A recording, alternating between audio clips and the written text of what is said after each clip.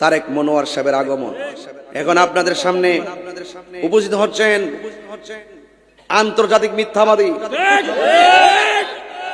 Rocket মৌলবী, England premier লিগের খেলোয়াড়, 1990 অক্সফোর্ডের শিক্ষক, আন্তর্জাতিক মিথ্যাবাদী। উনি হলে জামাতি বক্তা, নাম হলে তারেক মনোয়ার। উনি স্টেজে ওঠার সময় স্লোগান দেয়, সুপ্রদেশবাসী তারেক মনোয়ার সাহেব আসতেছেন, আপনারা বসুন, আজকের প্রধান মুফাসসির। এইটা ফালতু স্লোগান না।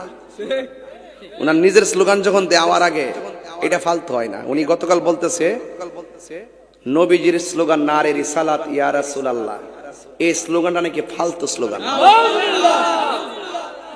এটা আমাদের কালিমার স্লোগান, এটা আমাদের ইমানি স্লোগান।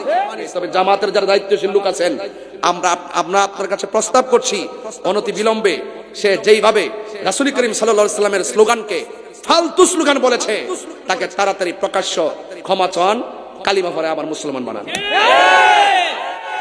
কথা বলে ঠিক কিনা? এই জন্য অনুরোধ করব নবী পাক সাল্লাল্লাহু আলাইহি ওয়াসাল্লামের বিরুদ্ধে কেউ কথা বললে আমরা মৃত্যুর ভয় করব না। নবীর বিরুদ্ধে কেউ কথা বললে আমরা জেলের ভয় করব না। ঠিক কিনা বলেন? নারে রিসালাত।